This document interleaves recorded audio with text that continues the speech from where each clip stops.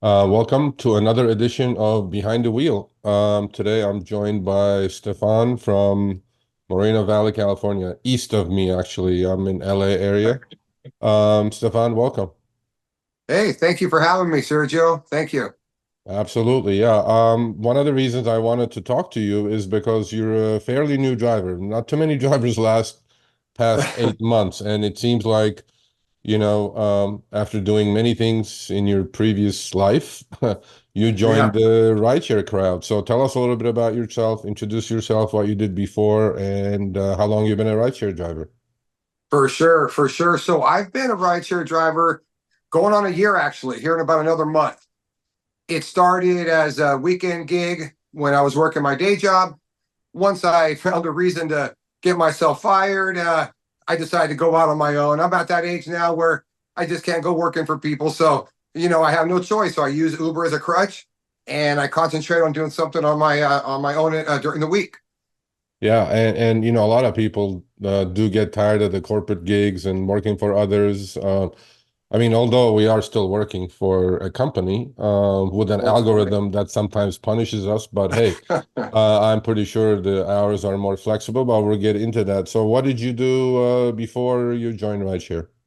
I've been doing sales pretty much the past 20 years. So I've sold everything from money to home services like alarm systems, subscription-based services for homeowners for certain things in the house, and things like that. So you're comfortable around people, obviously, right? I mean, you I have am. good interaction with people. I try to make the best of every encounter, definitely. Yeah, absolutely. And so you said you've been doing rideshare for about a year. I know your numbers Right. as far as your Okay. acceptance and cancellation rates, but tell our audience Mhm. about it and Okay. first of all, congrats that you lasted a year, right? Yeah, Most thanks. people do it and then, go away. But seems like you like what you're doing. So tell us why you like what you're doing and tell us a little bit about your Right. numbers. The flexibility, definitely. Besides the flexibility, just being out, in the world and getting a different variety of scenery and different people. And it's great. There's really no downside. So I've been doing it about a year. I just hit my 2,500 passenger mark. Wow. I stay at 5 stars. My acceptance rate is between 20 to 30%, and my cancellation rate stays at about 2 to 4%, so I can stay in that diamond category. Um, Probably don't get much out of that, to be honest with you. It's Yeah. just more competitiveness, I guess, which I'm sure it's probably there for that reason. So it works, but I try to keep within those numbers, and I drive a full day. I concentrate Friday, Saturday, Sunday, 12 to 16 hours out of my house in the car, 12, maybe 10 to 12 hours drive time, in between rides, eating breaks, things like that. Drive 350 to 450 miles on a full day like that. So during the week, Monday through say Thursday, I will, go out a couple hours here and there. If not, I'm concentrating on some other projects that we do here with me and my wife. We have our own business. So if it's not really panning out on that end, I use Uber a little bit more. Ultimately, I want to wean myself off it. I never recommend it for a full-time job to depend on it. Very volatile. Not saying anything bad per se, about any company or anything, but we all know that it's a lot of one-sidedness going on. There's a lot of pay discrepancies. Things could be here today and gone tomorrow, which, hey, this is a capitalist country. That's what it's about. But at the same time, we're at the bottom level here. So don't depend on it as a day job. Find something else to do and use this to kind of carry you over. Yeah, I couldn't agree with you more. I mean, a lot of people do this and they get stuck in a rut, right? And they have no plan Right. B. And it seems like you're not one of those. But let's talk a little bit about your 20 to 30% acceptance rate, because that's Right. what a veteran driver will do. After a year, they'll go figure out, Is that that's right? trash, that's trash. I'm not taking this, I'm Okay. not taking. So you figured out basically your level of profitability. So how do you look? How did you figure that out? I mean, I know Okay. some people credit us, they watch us and they go like cherry picking Sure. and that good stuff, but obviously it's not that. Obviously you have a business sense and you see trash when you see trash and you decline it. Right. Right.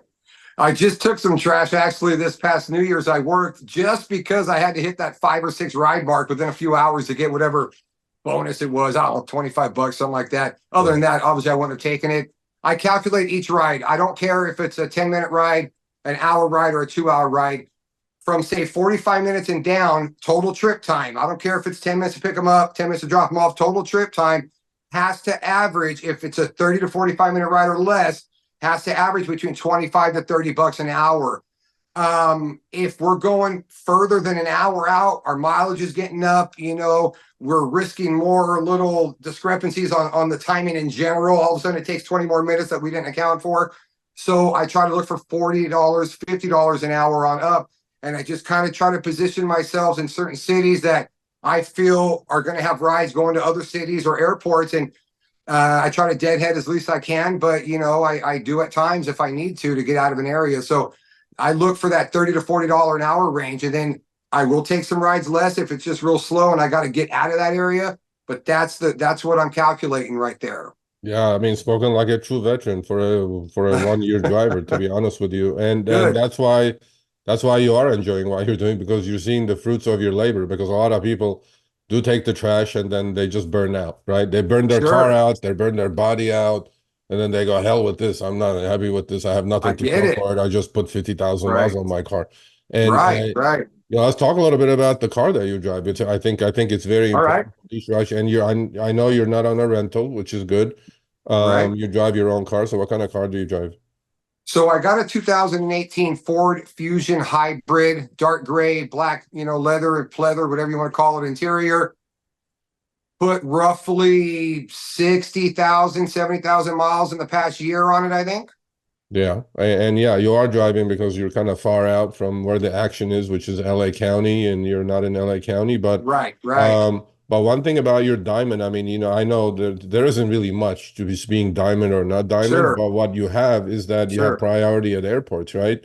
So talk to me a little bit about that discovery that you had that we have talked about before. Got it. You're not a huge Got it. fan of going and waiting in the airport lots, right?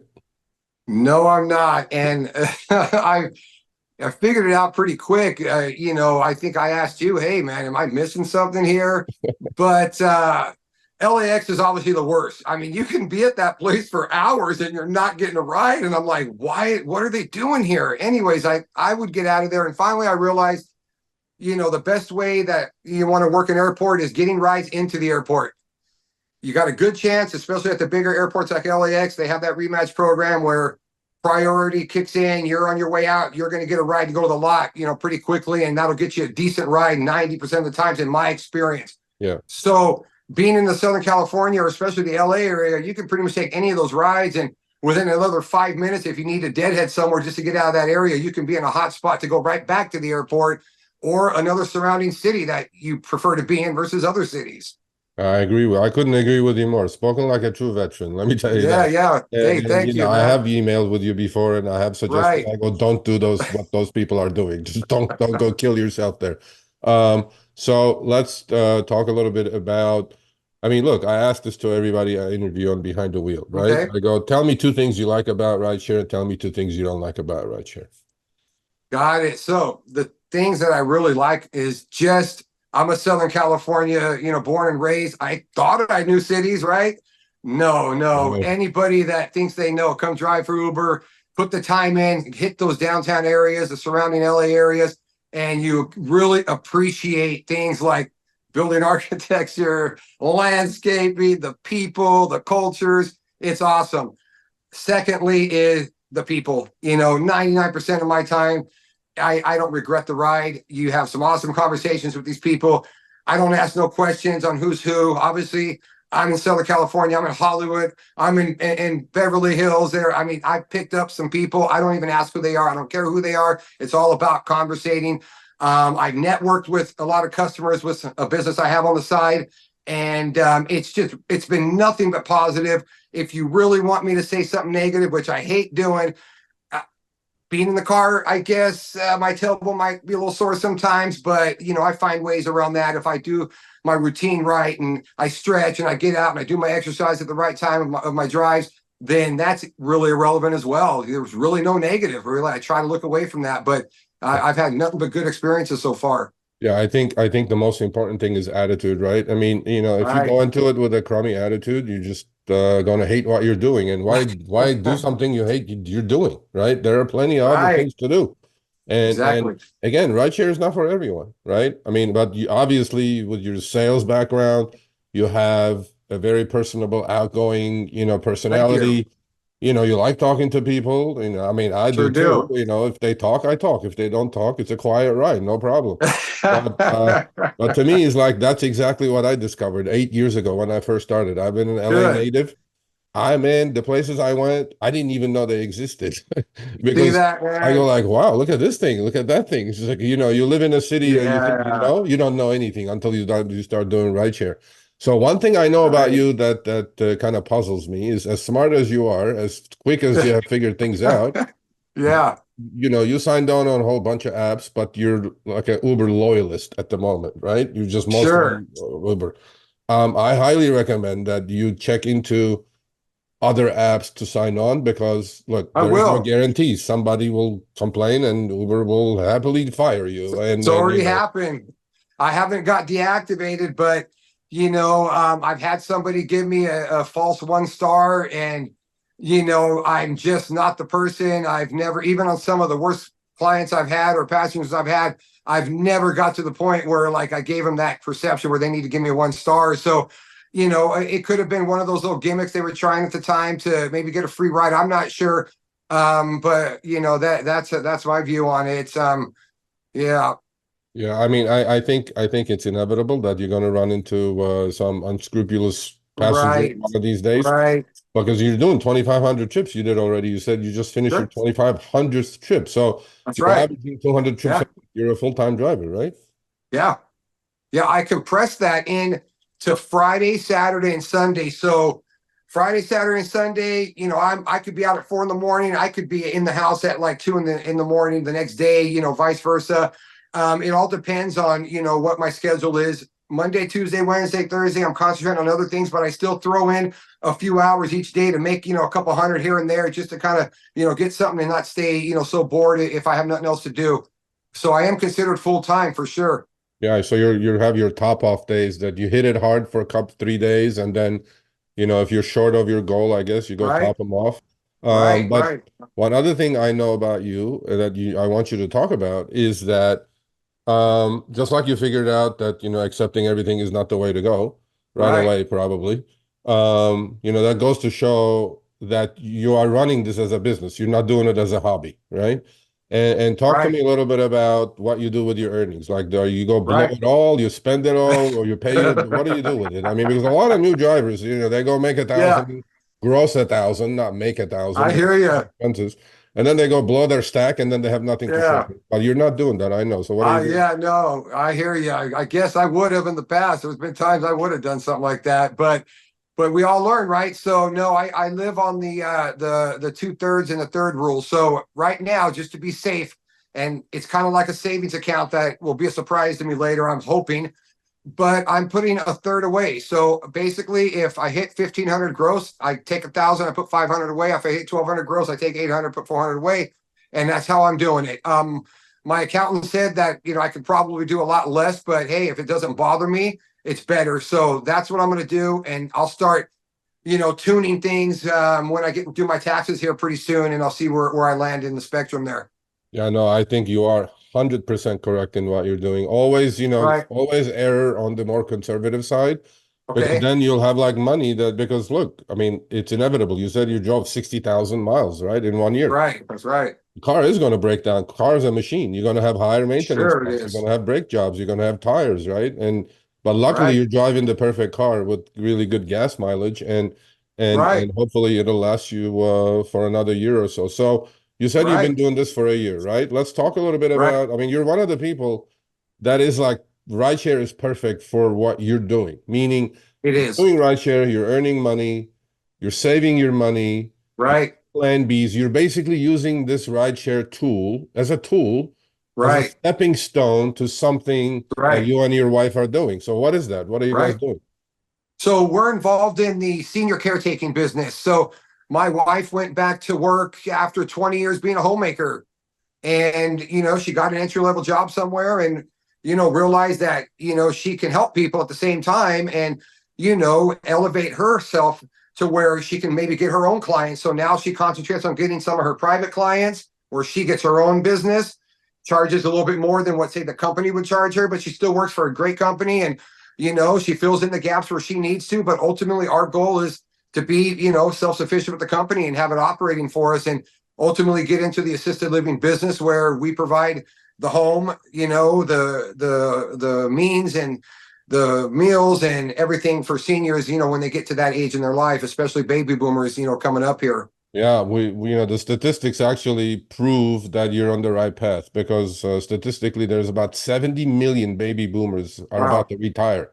And you Oh, will have a lot of clients, and people are living longer, so they are going to need care. But it seems like okay. you're establishing a business while you're Right. doing rideshare, right?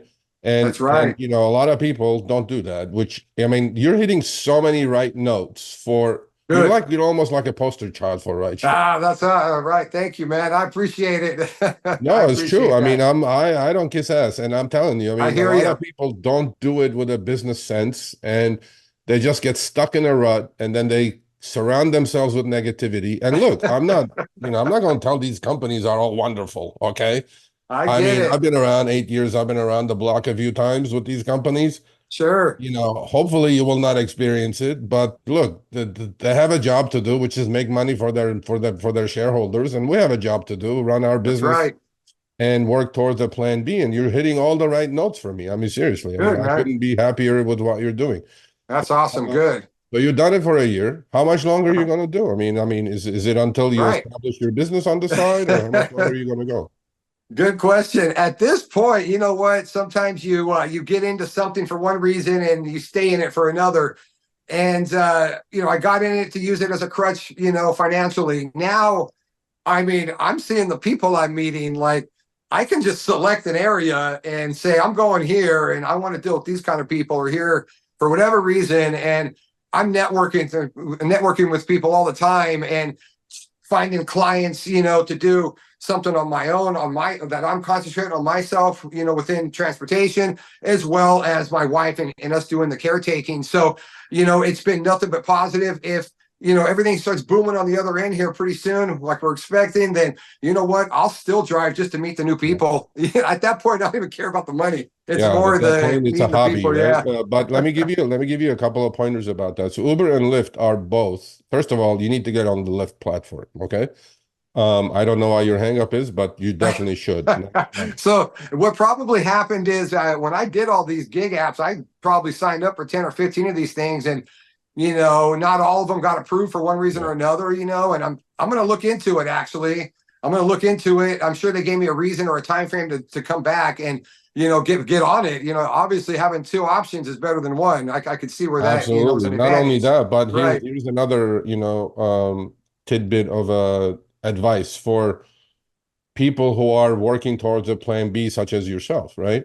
Yeah. So Uber and Lyft both are pretty big in medical transportation, right? Got So it. in what better way than doing some of those trips for yourself? They pay Right. a little bit more, just a little bit, not much, not what they Sure. should pay. But then that's when your networking is going to happen. Let's say you go pick somebody up at a doctor's office. They're See elderly that? people. They have a crutch maybe or a walker. See So that? now you can start networking with people who Right. not only use your services for transportation, right? Because That's because the right. doctor's office ordered that trip for them or the hospital ordered the trip for them.